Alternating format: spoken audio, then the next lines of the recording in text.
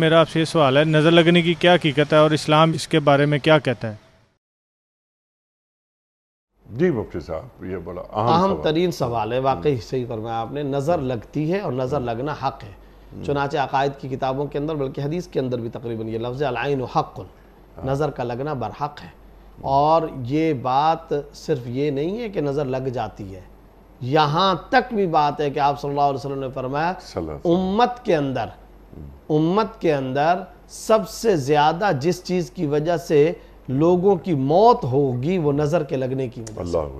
اور یہ بھی ایک لفظ حدیث کے اندر آتا ہے، نظر لگنا اس قدر حق اور خطرناک ہے کہ چلتا پھرتا مشاہدے میں آتا ہوا نظر آتا ہوا اونٹ کچھ ہی لمحوں کے بعد دیگچیوں اور دیگوں کے اندر پہنچتا ہے۔ یعنی اونٹ دیگچیوں کے اندر پہنچے گا، آپ صلی اللہ علیہ وسلم کی حدیث کی الفاظ ہے۔ کیا مطلب؟ مقصد یہ ہے کہ وہ اونٹ گرتا ہے، مرتا ہے، پھر اس کو ذبح کیا جاتا ہے جب اس کی موت کا وقت قریب آتا ہے تاکہ حرام نہ ہو، اور پھر کچھ ہی وقت کے بعد وہ جو چلتا پھرتا گھومتا پھرتا اونٹ تھا، کسی نے اس کو دیکھا، واہ کیسا صحت مند، نظر لگ گئی۔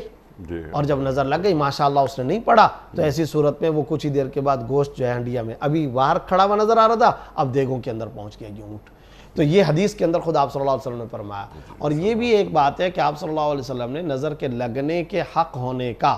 جہاں تذکرہ فرمایا، کئی احادیث میں اس کا سد باب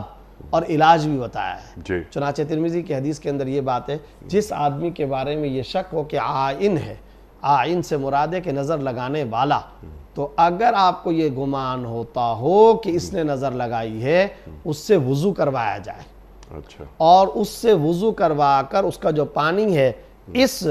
مسحور کہہ دے یا جو نظر لگنے والا یا منظور علیہ یا جو بھی، اس کے اوپر اس پانی کا چھڑکاؤ کیا جائے،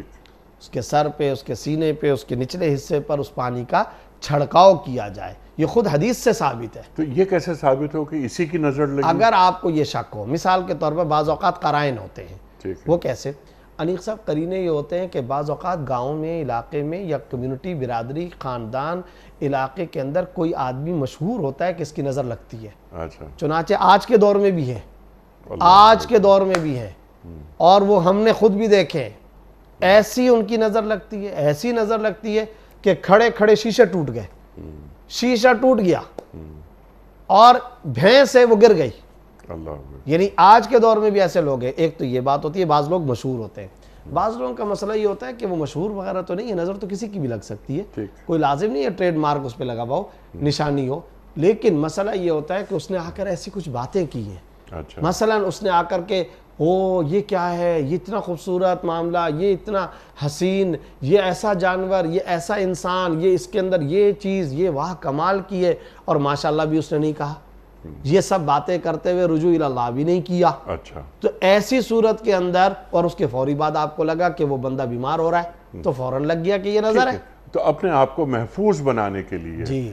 کیا طریقے ہمارا دین ہمیں سکھاتا ہے؟ سورہ قلم کی آخری دو آیتیں، سورہ قلم کی آخری دو آیتیں، حضرات حسنین کی نظر اس طرح جھاڑا کرتے تھے آپ صلی اللہ علیہ وسلم، کئی کتب صحاح کے اندر آیا، حضرات حسنین کو بلایا کرتے تھے اور پھر باقاعدہ نظر کو جھاڑنے کے لیے سورہ قلم کی آخری دو آیتیں پڑھتے تھے، اور وہ جو ایک مخصوص دعا ہے، وہ مخصوص دعا بھی آپ صلی اللہ علیہ وسلم ارشاد فرمایا کرتے تھے۔